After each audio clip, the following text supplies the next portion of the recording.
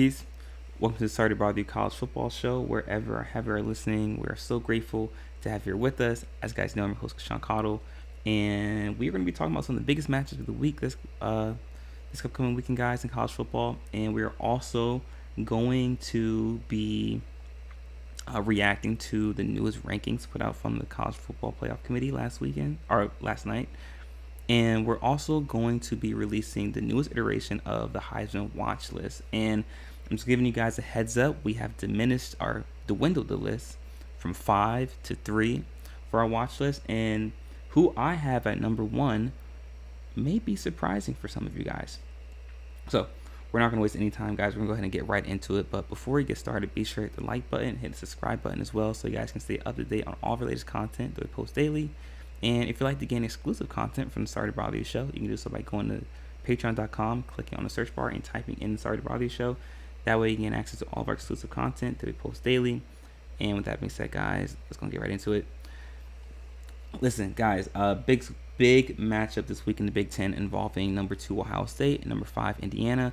And this isn't a big matchup just because it's a top 5 matchup, but also because this matchup is going to have major implications on the College Football Playoff Committee and the rankings. And what we've noticed so far from this College Football Playoff Committee is that they drop teams precipitously after a loss.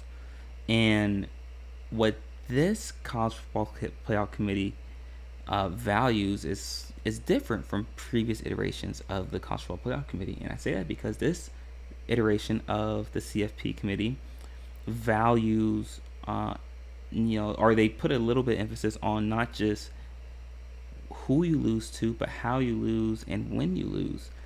And compared to previous iterations of the CFP committee, they extremely valued the strength of record and the strength of schedule. So, perfect example is Indiana, where yes, they're undefeated. However, their strength of record is one of the worst in the country. Their best victory is against a Washington team that's one game above 500, and they played a Michigan team that, though Michigan is well below its usual standard, they struggled against Michigan. Yet, however, they're still undefeated. And where previous iterations of the CFP committee, they really valued the eye test as well, and like I said, strength of record, this CFP committee does not have the same precedent or they don't value the eye test as much as previous iterations. And we got to remember, this CFP committee has 6 new members from last season, so what the CFP is looking for is going to change because the committee over half the committee has changed. And so we have to remember that, and we have to take that into account when looking at what comes from the rankings. And if you're Indiana, based on what I've seen from these rankings, you really can't afford to have a bad game against Ohio State. You can't go into Ohio State and lose by 20 points or lose by even 2 possessions. You have to play Ohio State close. And the good thing about this, though, is if Indiana wins, then it alleviates all conversation. It completely erases any sort of conversation that we need to have about Indiana moving forward. It validates their ranking where the committee has them. However, if Indiana loses, Indiana cannot afford to lose convincingly, I'll say. Because then what happens is it obviously allows room for the at-large bids to move forward, move up. And even with the loss, though, I do still believe that Indiana is going to get into the playoff. But it just makes it that much more difficult for the SEC to get more at-large bids.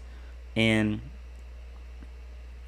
what the committee is showing is that it also doesn't have much, unfortunately, it doesn't have much respect for Georgia in their schedule and what they've had to go through so far this season.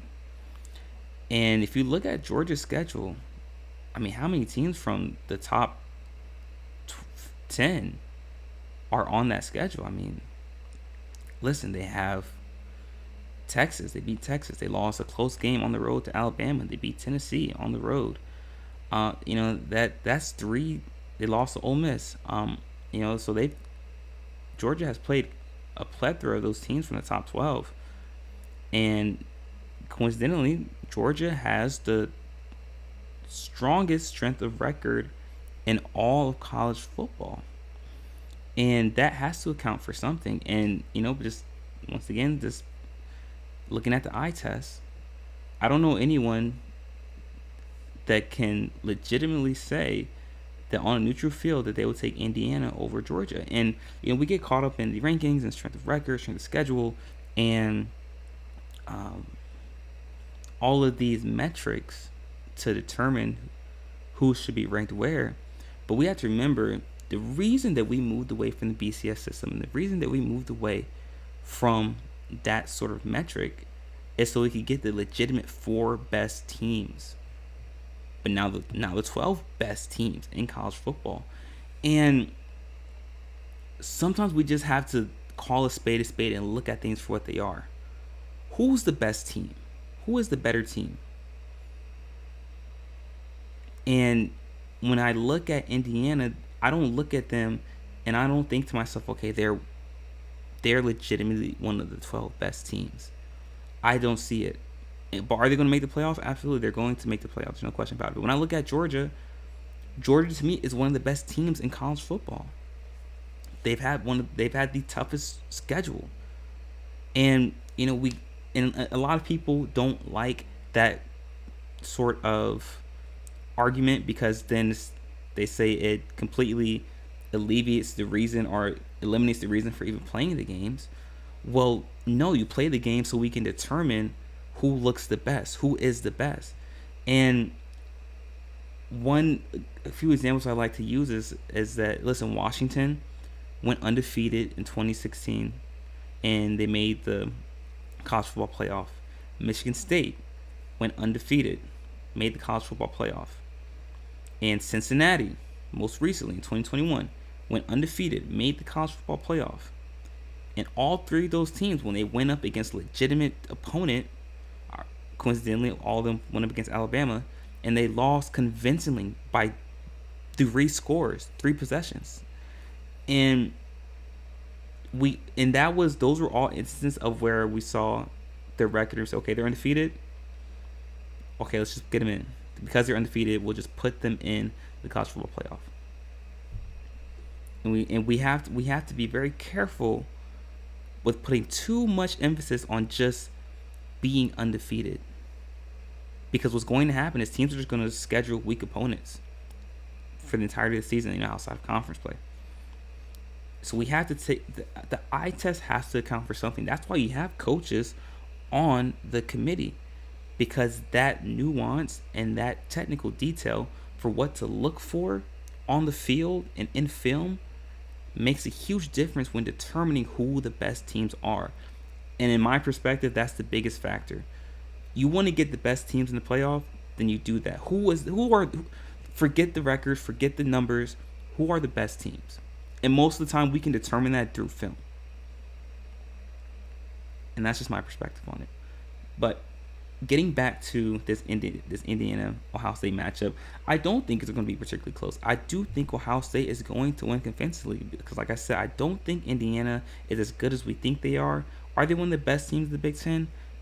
Yes. But I don't think they're better than Penn State. And you guys know how I feel about Penn State. I don't think they're better than Penn State. I don't think Indiana can compete with Oregon. And we saw that Oregon lost to Ohio State. I don't think that this is going to be a close game. I do have Ohio State winning this game by a score of 34 to 17. And I think we're going to see what Indiana really is. And that is a team that has benefited from a weak schedule, but also benefited from being in the second best conference in college football. And because you have an undefeated record in the second best conference, you will look better than what you are. But let me know what you guys think. Leave your thoughts in the comments section. I'm looking forward to hearing all about it. In our next segment, guys, we're going to be discussing another interesting matchup between Army and Notre Dame. So, guys, be sure to stick around for that. You're not going to miss it. We'll be right back.